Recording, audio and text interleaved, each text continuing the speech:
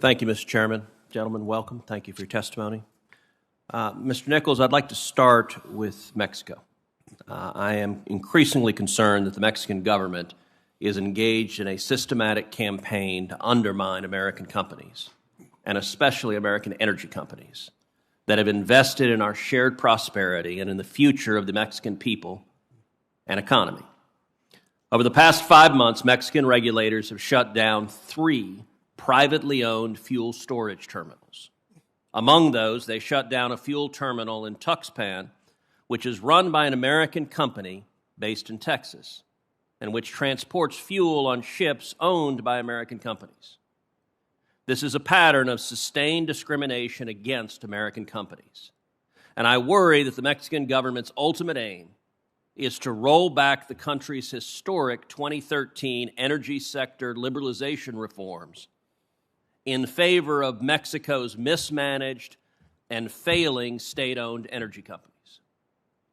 The only way the Mexican government is going to slow and reverse their campaign is if the United States government conveys clearly and candidly that their efforts pose a serious threat to our relationship and to our shared economic interests.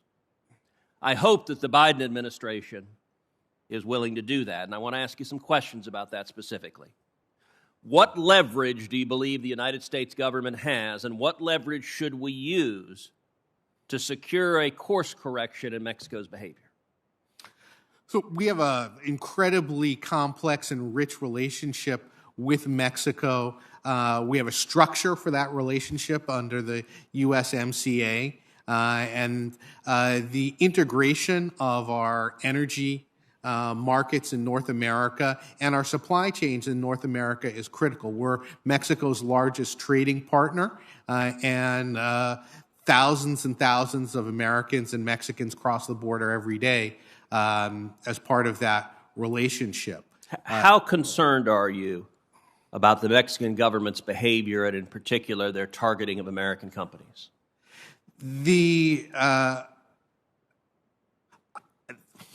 I don't believe that the Mexican government is targeting American companies. I think the other point that you made about consolidating the energy sector in public hands rather than private hands is more the issue. So you believe they're targeting just all private energy companies, Mexican and American? Yes. Yeah. And is that a good thing for America? Is that a good thing for Mexico? I believe that we need to talk in a comprehensive way with our Mexican partners about the importance of energy security and how the private sector is vital to maintaining energy security. Let me try again, Mr. Nichols. In your judgment, would Mexico destroying the private energy sector in Mexico and nationalizing or throwing out American companies and moving everything to the corrupt and failing state-owned energy companies, would that be a good thing for Mexico, and would that be a good thing for America? It's important that we talk to Mexico about a future of reliable energy, a future where our energy markets can remain integrated, where the private sector plays a leading role, particularly in working together to achieve I have to say, Mr. Nichols, that your answer is discouraging, because if you're not willing to tell me candidly that Mexico nationalizing energy and targeting American companies is a bad thing, then I have even less confident that you're willing to convey that to Mexico. Let me shift to another country, Colombia. This morning, the Biden administration removed the FARC, the Revolutionary Armed Forces of Colombia, from the list of foreign terrorist organizations. The FARC is an organization of Marxist-Leninist narco-terrorists. For decades, they have killed, they've kidnapped, they've extorted Colombians. They have murdered and seized American citizens. They continue to pose an acute threat to Colombian security and to American interest across the region. This is sadly a part of a pattern of Biden foreign policy when it comes to dealing with terrorists, and it is a pattern of appeasement and weakness towards terrorists. It's a pattern we've seen with the Taliban and the absolute disaster in Afghanistan.